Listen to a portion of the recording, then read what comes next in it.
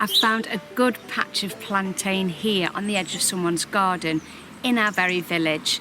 This stuff grows everywhere. You'll find it in hedgerows, road verges, parkland, playing fields, and in your garden. And it's a really easy one to identify.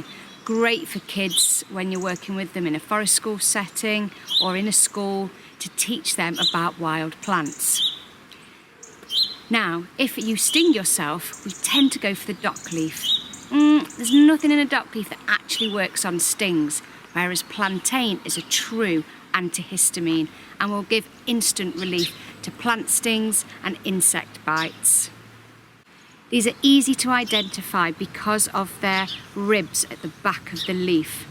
These are the lanceolata, Plantago lanceolata, the long, thin, spear-like shaped plantain. You can also get broadleaf plantain.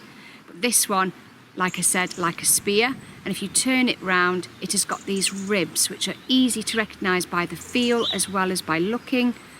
They very much stand out on the back of the leaf. This is also called ribwort plantain because of these ribs on the back of the leaf. Now these leaves are quite mature and tough.